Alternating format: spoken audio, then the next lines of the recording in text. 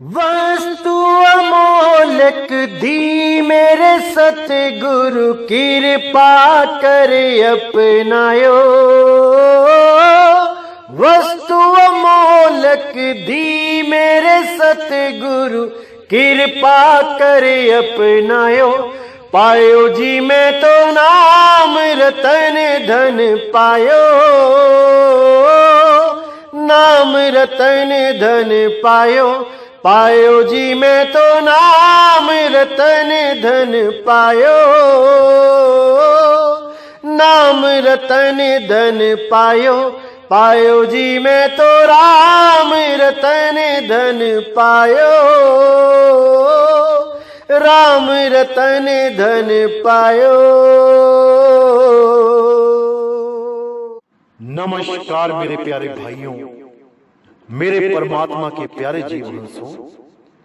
मैं बंदी छोड़ से यही अरदास करता हूं कि आप सब मेरे भाइयों का विवेक पहले से ज्यादा और ज्यादा से ज्यादा बढ़ता ही जाए और ऐसी कोई दुविधा ना रहे जो मेरे भाइयों को 1% भी भ्रमित कर पाए।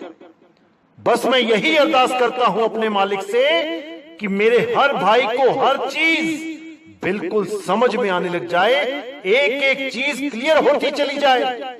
मैं बस यही अरदास करता हूं उस बंदी छोड़ परमपिता परमात्मा से। तो मेरे भाइयों, हर चीज को अच्छी तरह समझना है, एक एक चीज पे पूरा विचार करना है। एक भी काल का दूत आपको भ्रमित ना कर पाए इस बार, नहीं तो 84 लाख जन्मों में आपको ही जाना पड़ेगा। किसी को कोई फर्क नहीं पड़ेगा। ये लोग आएंगे, अपना ज्ञान आपको सुनाएंगे, आपके जीवन को बर्बाद करेंगे और चले जाएंगे। भुगतान आपको ही भुगतना होगा। इसलिए मेरे भाइयों, हर चीज को समझना है, एक एक चाल को समझना है। ये काल आपको कहां पे भ्रमित कर सकता है। तो मेरे भाइयों, जितना भी विवेक है आपने आज के सत्संग में लगा देना है और नीर का निबेड़ा करके, सत्य असत्य का निबेड़ा करके सत्य को ग्रहण कर लेना है। तो आज जो हम वाणी लेने जा रहे हैं वो कबीर सागर से लेने जा रहे हैं। बहुत प्यारी वाणी है, बहुत ज्यादा जागरूक करने वाली वाणी है।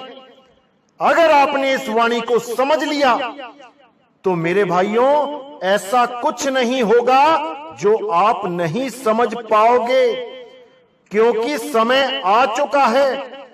अब जागने का समय आ चुका है। अगर अभी भी ना जागे तो मेरे भाई कभी नहीं जाग पाओगे। तो आज का बहुत इंपॉर्टेंट सत्संग है, पूरा विवेक लगा के समझना है, एक एक चीज पे ध्यान देना है। तभी मेरे भाइयों ये जन्म मरण का चक्कर खत्म हो पाएगा, नहीं तो ऐसे ही 84 लाख में भटकते रह जाओगे, कोई ठिकाना नहीं मिल पाएगा। तो मेरे भाइयों, पूरा विचार करना है, पूरा विवेक लगाना है। तो क्या कहती है वाणी? पंथ एक तुम आप चलाऊं, जीवन को सतलोक ले जाऊं। 12 पंथ करूं मैं साजा, नाम तुम्हारा ले करूं आवाजा। तो जब कबीर साहब की काल निरंजन से वार्तालाप हुई तो काल ने क्या बोला कि तुम एक पंथ चलाना और इन जीवों को अपने लोक में ले जाना, लेकिन मैं 12 पंथ चलाऊंगा और तुम्हारा ही नाम लेके जीवों को होका दूंगा, तुम्हारी ही वाणी लेके जीवों को समझाऊंगा, लेकिन वाणी का अर्थ का अनर्थ कर दूंगा।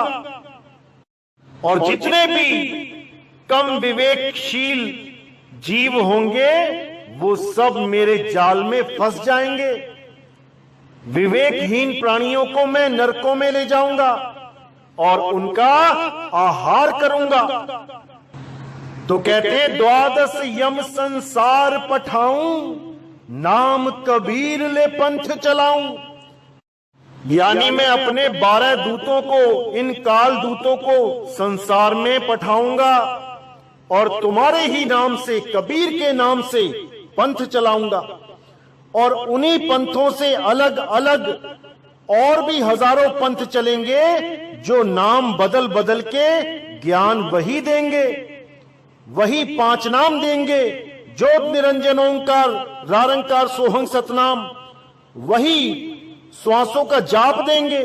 कोई कोहंग कोहंग करेगा, कोई सोहंग सोहंग करेगा, कोई ओहंग ओहंग करेगा, कोई ओम सोहम करेगा, कोई सतगुरु सतनाम करेगा। यही श्वासों का अजपा जाप देके मैं इस श्वास के साथ ही जीव को बांध के रखूंगा। उनकी सूरत को श्वासों से अलग नहीं होने दूंगा। और जब तक श्वासों से सूरत अलग नहीं हो जाती तब तक वो मुक्ति को प्राप्त नहीं कर सकती। इन सबको मैं जाप, अजपा और अनहद नाद से जोड़ के रखूंगा। एक भी जीव इन तीनों जालों को समझ नहीं पाएगा और सब के सब इसी जाल में फंस के रह जाएंगे। तो साफ बोल दिया यहां 12 यम संसार पठाऊं, नाम कबीर ले पंथ चलाऊं। आज के समय में ऐसा कोई पंथ नहीं है जो कबीर साहब की वाणियां ना लेता हो। बिना कबीर साहब की वाणी लिए किसी भी गुरु का सत्संग पूर्ण होता ही नहीं है। कहीं ना कहीं कबीर साहब की वाणियां लेनी ही पड़ती हैं, चाहे वो कोई मुस्लिम संत हो, चाहे वो कोई हिंदू संत हो, चाहे वो कोई सिख संत हो। बिना कबीर साहब की वाणी के उनका सत्संग मानो ऐसा होता है जैसे बिना नमक के सब्जी। अगर 2 चुटकी नमक सब्जी में ना डालो तो चाहे 500 रुपए किलो की सब्जी बना लो, वो बेस्वाद ही रहेगी। इसी प्रकार कबीर साहब की वाणी उस अनमोल नमक की तरह है जो हर प्रकार की सब्जी में स्वाद दे देता है। तो आगे कहते हैं, प्रथम दूत मेरे प्रगटे जाई, पीछे अंश तुम्हारा आई। यही विधि जीवन को भरमाऊं, आपन नाम पुरुष का बताऊं। यानी पहले मैं अपने दूतों को भेजूंगा, पहले मेरे दूत जाके सारे समाज में ज्ञान का प्रचार करेंगे और तुम्हारी ही वाणी को लेके, तुम्हारा ही नाम लेके बड़े बड़े सत्संग करेंगे, लोगों को समझाएंगे, बहुत से जीवों को अपना शिष्य बनाएंगे और काल के जाल में उलझा देंगे। वो 52 अक्षर ही नाम देंगे। बातें तो आत्म ज्ञान की ही करेंगे, लेकिन जब कोई भी जीव उनके पास जाएगा आत्म ज्ञान प्राप्त कर दें तो मंत्र जपवा देंगे, मैं कौन हूं, मैं कौन हूं। और बेचारा जीव मैं कौन हूं करता करता नरक को चला जाएगा। ऐसे लोगों से सावधान रहना है मेरे भाइयों, ऐसे काल के शातिर दूतों से सावधान रहना है।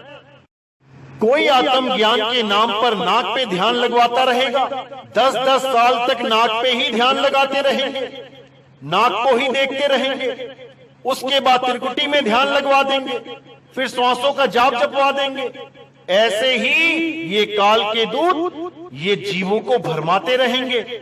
लेकिन मेरे भाइयों, आपने आत्म ज्ञान को सही से समझना है कि आत्म ज्ञान क्या होता है और देही ज्ञान क्या होता है। ये जितने भी 52 अक्षर होते हैं ये देही के द्वारा ही प्रकट होते हैं। ये देही ज्ञान ही है, ये विदेही ज्ञान नहीं है, क्योंकि 52 अक्षर देह से ही पैदा होते हैं। और जो भी आपको देही से पैदा होने वाले नाम, देही से ही उत्पन्न होने वाली धुनें, देही से उत्पन्न होने वाले मंत्र पकड़ा दे, वो देही ज्ञान ही है, वो विदेही ज्ञान नहीं है। तो कहते हैं, प्रथम दूत मेरे प्रगटे जाई, पीछे अंश तुम्हारा आई।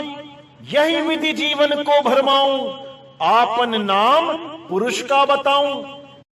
यानी इसी प्रकार सारे जीवों को भरमाऊंगा और अपना नाम परमात्मा का नाम घोषित कर दूंगा।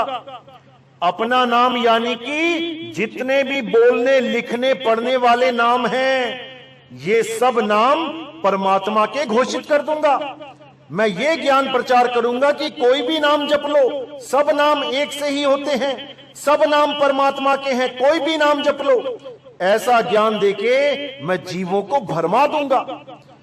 द्वादश पंथ नाम जो लेही, हमरे मुख में आन समय ही। और इन द्वादश पंथों में जो भी जीव नाम लेगा वो मेरे ही मुंह में आ जाएगा, वो मेरा ही आहार बन जाएगा। कोई भी मेरे जाल से बच नहीं सकता, क्योंकि मेरा जाल सरगुण और निर्गुण दोनों प्रकार का है। कोई तो परमात्मा को निर्गुण निराकार बोलेगा और कोई परमात्मा को सरगुण साकार बोलेगा, और इन दोनों का ज्ञान आपस में ही मेल नहीं खाएगा। और ये दोनों ही अपने आप को एक दूसरे से महान सिद्ध करने में लगे रहेंगे। साकार को मानने वाले निराकार का खंडन करने लगेंगे और निराकार को मानने वाले साकार का खंडन करेंगे, लेकिन ये नहीं जानते होंगे कि दोनों ही एक ही सिक्के के दो पहलू हैं। अरे कोई सरगुण में रीझ रहा, कोई निर्गुण ठहराए, अटपट चाल कबीर की मोह से कही ना जाए। सरगुण निर्गुण द्वंद्व पसारा और दोनों पड़ गए काल की धारा। परमात्मा ना तो सरगुण साकार है और परमात्मा ना तो निर्गुण निराकार है, वो केवल शब्द स्वरूपी है। अरे हम हैं शब्द शब्द हम माही, हमसे भिन्न और कछु नहीं। तो मेरे भाइयों, शब्द को अच्छी तरह समझना है। शब्द ही परमात्मा है, लेकिन यहां पर शब्द केवल एक नहीं है कि कुछ लोग आजकल सत्संग करते हैं कि शब्द भी पैदा होता है। अरे शब्द शब्द बहु अंतरे, सार शब्द मत लीजे। कहे कबीर जहां सार शब्द नहीं, धृग जीवन सो जीजे। वो सार शब्द कोई बोलने लिखने पढ़ने वाला मंत्र नहीं है कि वो कोई अक्षर है। ये सारे अक्षर उत्पन्न कहां से होते हैं, पहले उसका बोध करो। कौन है जो इन अक्षरों को पैदा कर रहा है, उसको जानो, तब समझ में आएगा कि सार शब्द क्या है। तब समझ में आएगा कि कैसे वो 52 अक्षरों से भिन्न है। अरे 52 अक्षर जीवा धारा, आदि अक्षर जीभ्या से न्यारा। ताही को सत सिमरण कहिए, सिमर सिमर नर उतरो पारा। ये जितने भी काल के दूत हैं, ये 52 अक्षरों का अदृश्य जाल ही तो फेंक रहे हैं जीवों पे। और ये जीव बेचारे नादान नहीं समझ पाते कि ये 52 अक्षर का जाल है क्या। और ये सारा भाव, सारा प्रेम इन्हीं 52 अक्षरों को जपने में लगा देते हैं और जन्म मरण के जाल में सदा सदा के लिए उलझ जाते हैं। इसीलिए गुरबाणी बोलती है, 52 आखर लोक त्रय, सब कुछ इन्हीं माही। और ये आखर खिर जाएंगे, वो आखर इनमें नाही, वो अक्षर इनमें नहीं। इन 52 अक्षरों में वो परमात्मा का नाम नहीं है, वो विदेही है, वो 52 अक्षरों से परे है। वो केवल तभी प्राप्त होता है जब कोई भेदी गुरु आपको इशारा कर दे कि वो आदि नाम है कहां पे। वो देही से परे है, वो 10वें द्वार से परे है। इसीलिए बोला गया कि 9 द्वार नहोदर फीके, रस अमृत 10वें चूईजे। वो 10वें द्वार पे अमृत चू रहा है, अब उसको पीना है। लेकिन कैसे पीना है? सुरत के द्वारा, ना कि जीभ के द्वारा। कई लोग जीभ को घुमा के पीछे गले में लगा लेते हैं और वहां से टपकने वाला तरल पदार्थ जिसको रेशा कहते हैं, उसी को पीते रहते हैं और सोचते हैं कि ये अमृत रस है, क्योंकि उनको गुरु ही ऐसा मिला होता है जो जानता ही नहीं कि 10वां द्वार है कहां, कैसे उस पे अमृत टपक रहा है, कैसे उसको प्राप्त करना है। वो कुछ नहीं जानते, केवल मंत्रों की साधना करके अपने गुरुओं से मंत्र लेके आगे शिष्य को भी मंत्र ही देते रहते हैं और 5 मुद्राओं का ज्ञान आगे बांटते रहते हैं। इसीलिए साहिब ने बोला, चाचरी ना भूचरी ना खेचरी अगोचरी, उन मुनि 5 की गम नाही, अधर तान तानिए, रेचक कुंभक पूरक को ढंग नाही, पढ़े लिखे वाद करे कबो नाही मानिए, श्वासा का जाप करे झूठ सो बखानिए, अक्षर पार नहीं अक्षर भरपूर है, कहें कबीर सो सत्य कर मानिए, कहें कबीर सो सत्य कर मानिए। अक्षरों के पार नी अक्षर भरपूर है। जब तक तुम्हें ऐसा गुरु नहीं मिल जाता जो तुम्हें अक्षरों के पार का ज्ञान दे दे, जब तक तुम्हें उस नी अक्षर निज नाम के बारे में भनक भी नहीं लग सकती। भले ही कोई चोरी छुपे भी, कोई पंथ में आके भी भेद ले भी जाए ध्यान विदेही का, तब भी वो परमात्मा को प्राप्त नहीं कर सकता, क्योंकि मालिक ने जो चाबी दे रखी है गुरु के हाथ में, जब तक वो चाबी नहीं लगेगी, जब तक दरवाजा नहीं खुलेगा। इसीलिए बोला कि चाबी दीन संतन के हाथा, वो चाबी संतों के हाथ में है। जब तक संत उस जीव की अरदास मालिक से ना लगा दे, जब तक उस जीव की मुक्ति नहीं हो सकती।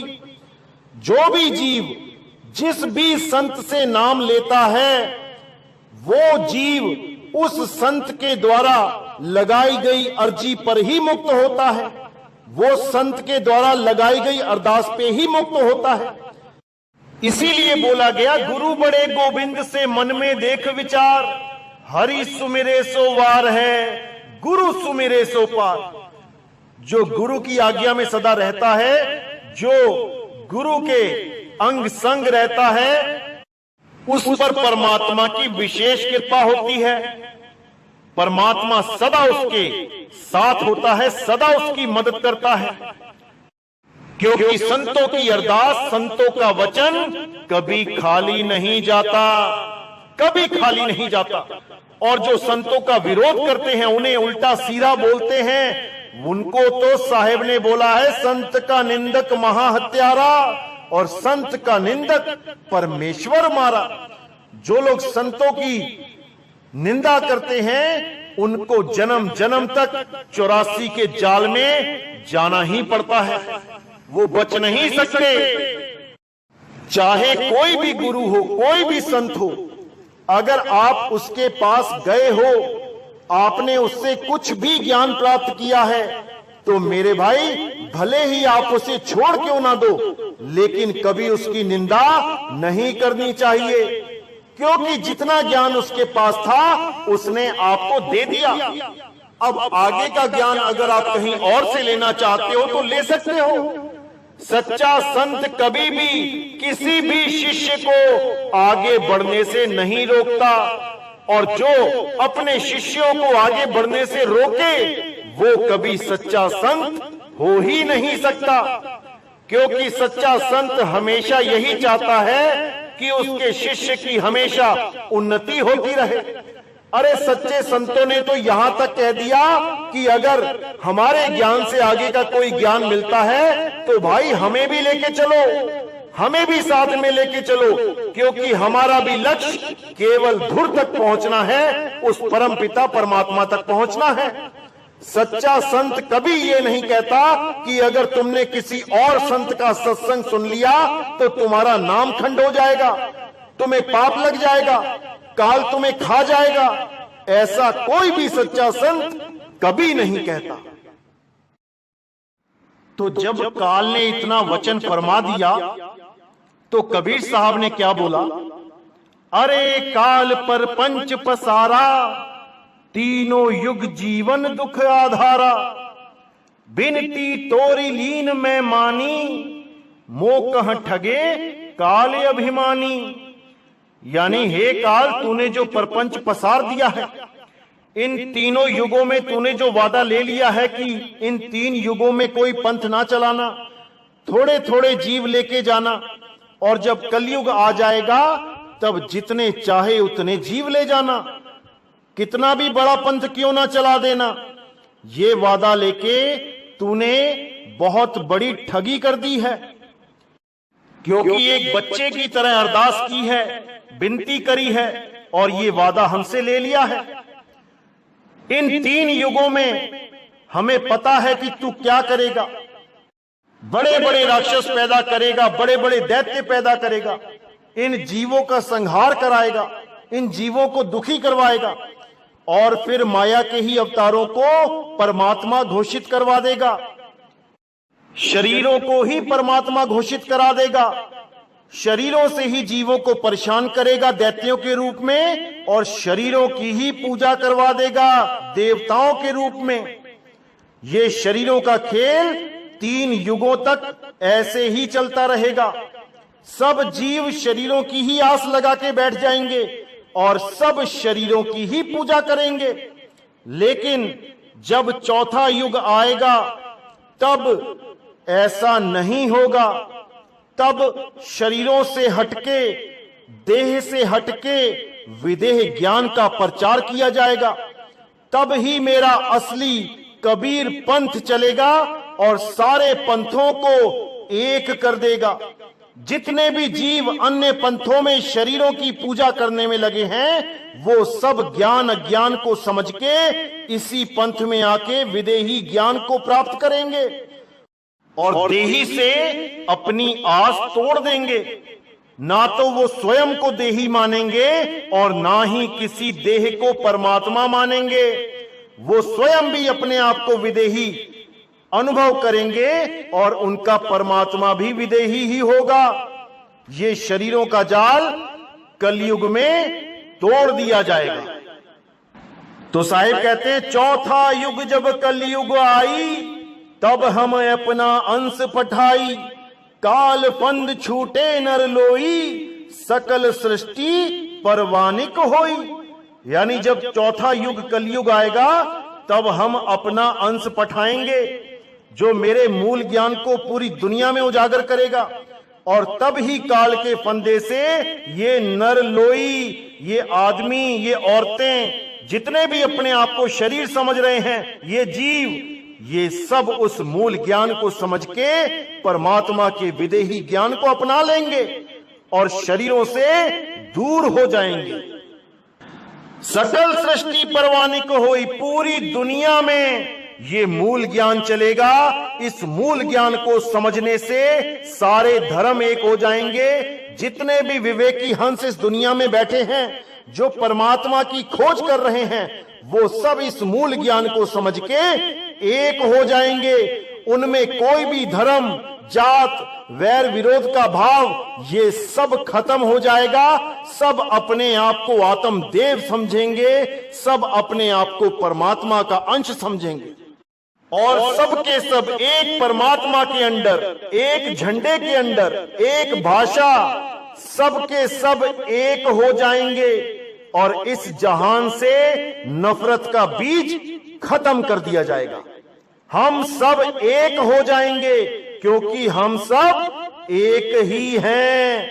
हम सब आत्मदेव हैं, कोई बड़ा छोटा नहीं है। तो साहिब कहते हैं, चौथा युग जब कलयुग आई, तब हम अपना अंश पठाई, काल फंद छूटे नर लोई, सकल सृष्टि परवानिक होई। घर घर देखो बोध विचारा, सत्य नाम सब ठौरी उच्चारा। 5505 तब यह वचन मेरा होगा साचा। कलयुग बीत जाए जब एता, सब जीव परम पुरुष पद चेता। यानी यहां साहिब साफ कहते हैं कि घर घर देखो बोध विचारा। घर घर में बोध विचार होगा, हर घर में ज्ञान चर्चा होगी, अड़ोस पड़ोस में, गली मोहल्लों में, पूरे देश में, पूरे विश्व में ज्ञान चर्चा होगी। लोगों को जब ये मूल ज्ञान समझ में आएगा तो वो अपने दूसरे भाइयों को समझाने लगेंगे। पूरा पूरा गांव चेतेगा, पूरा पूरा शहर चेतेगा, पूरा देश चेतेगा, पूरा विश्व चेतेगा और सब के सब एक झंडे के नीचे आके परमात्मा की भक्ति करेंगे। घर घर देखो बोध विचारा, सत्य नाम सब ठौर उच्चारा। घर घर में सत्य नाम का डंका बजेगा, घर घर में सत्य नाम की आवाज आएगी। और ये सत्य नाम ओम सोहम नहीं होगा, ये सत्य नाम काल का और अक्षर पुरुष का नाम नहीं होगा, ये परमपिता परमात्मा का गुप्त नाम है। इसी नाम का डंका बजेगा। 5505 तब यह वचन मेरा होगा साचा। अब ये 5505 क्या है? ये कोड लगा है, इसको कोई खोल नहीं सकता। जो दिख रहा है लिखा हुआ ऐसा है नहीं। बहुत से लोग इसे संवत समझने लग जाते हैं कि संवत 5505 होगा, इतना कलयुग बीत जाएगा। अरे भाई नहीं, ये कोड लगा है, इस कोड को दिसंबर में खोल दिया जाएगा। तो कहते हैं 5505 तब यह वचन मेरा होगा साचा। कलयुग बीत जाए जब एता, सब जीव परम पुरुष पद चेता। जब ये 5505 का कोड खोल दिया जाएगा तब हर जीव की शंका का समाधान हो जाएगा। जो भी जीव जिस भी भक्ति में उलझा हुआ है वो उस भक्ति को पहचान जाएगा कि इस भक्ति करने से मेरा कल्याण होगा कि नहीं। और वो सार असार को जान के, असार को त्याग के सार की शरण लेगा, सार को अपना लेगा। अरे सतगुरु ऐसा चाहिए जैसा सूप सुहाए, सार सार तो गही रहे, थोथा दे उड़ाए। तो जितने भी ये थोथा ज्ञान लेके बैठे हैं ये सब के सब उसी झंडे के नीचे आएंगे। समय आ चुका है मेरे भाइयों, समय आ चुका है। तो साहिब कहते हैं सब जीव परम पुरुष पद चेता। जितने भी जीव हैं वो उस पद को चेत जाएंगे जहां पर उनकी अवस्था परम पुरुष जैसी हो जाएगी। यानी वो जीव से शिव बनना बंद कर देंगे, जीव से शिव होना बंद कर देंगे और सीधे विहंगम चाल से जीव से पीव अवस्था को प्राप्त करेंगे। अरे जीव शिव सब प्रगटे, वै ठाकुर वैदास, कबीर और जाने नहीं, एक राम नाम की आस। वो राम नाम ही सार शब्द है, वो कोई अक्षरों वाला राम नाम नहीं है, वो नी अक्षर है, वो नी अक्षर है। तो साहिब कहते हैं अक्षर ज्ञान सब जगत बखाने, नी अक्षर ज्ञान कोई बिरला जाने। अक्षरों का ज्ञान लेके तो सारे संसार के गुरु बैठे हैं, लेकिन नी अक्षर का ज्ञान कोई बिरला संत ही दे सकता है, नहीं तो सबके सब ये 52 अक्षरी ज्ञान में ही उलझा देंगे। कोई आत्म ज्ञान के नाम पे मैं कौन हूं का मंत्र दे के उलझा देगा, कोई आत्म ज्ञान के नाम पे मैं आत्मा हूं कह के उलझा देगा, कोई आत्म ज्ञान के नाम पे मोबाइलों में झिंगुर की आवाज सुना के उसको सार शब्द घोषित कर देगा। कोई 2 नाम 3 नाम 5 नाम 7 नाम 52 अक्षरी नाम देखे सारी उम्र जपने के लिए बोल देगा। ऐसे ही ये सारे जीवों को भरमाते जाएंगे। कोई श्वासों का जपा जाप दे देगा, जपते रहो सोहंग सोहंग, जपते रहो कोहंग कोहंग, जपते रहो वोहंग वोहंग। बस ऐसे ही जपते जपते जीवन का नाश हो जाएगा। कोई कानों में उंगलियां दे के बैठा देगा, देते रहो कानों में उंगलियां, सुनते रहो इन 5 तत्वों की 5 धुनों को, और सुनते सुनते एक दिन इस शरीर को छोड़ के दोबारा 84 में चले जाओ। यही अज्ञान है मेरे भाइयों, यही अज्ञान है। जब तक आपने इस अज्ञान को नहीं समझा, इसको समझ के नहीं त्यागा, तब तक आपको आपका निज स्वरूप कभी प्राप्त नहीं हो सकता। और निज स्वरूप में ही परमात्मा का वास है। इसको अच्छी तरह समझ लो। ज्यों तिलमा ही तेल है, ज्यों चकमक में आग, और तेरा साईं तुझ में है, जाग सके तो जाग। इसलिए मेरे भाई, इससे पहले कि ये जीवन बर्बाद हो जाए और तुम्हें 84 में जाना पड़ जाए, उससे पहले जाग जाओ। ये दास आपको जगाने के लिए ही आया है, और अगर हमारे सत्संग सुन के भी आप नहीं जाग पाए तो मेरे भाई समझ लेना कि तुम्हें कोई जगाने वाला नहीं मिलने वाला। फिर अगर इतने सत्संग सुन के भी तुम जाग नहीं पाए तो तुम कभी जाग नहीं पाओगे। तो मेरे भाइयों, हर चीज को समझना है, हर चीज पे विचार करना है और सत्य असत्य का निबेड़ा करना है। तो इसी के साथ आज का सत्संग मैं यही समाप्त करता हूं और अगला सत्संग बहुत जल्दी आएगा। तब तक के लिए मुझे विदा करें। बोलिए सतगुरु बंदी छोड़ सतगुरु सत्य कबीर साहिब की सदा ही जय हो, सदा ही जय हो मेरे मालिक की साहिब बंदगी सतनाम।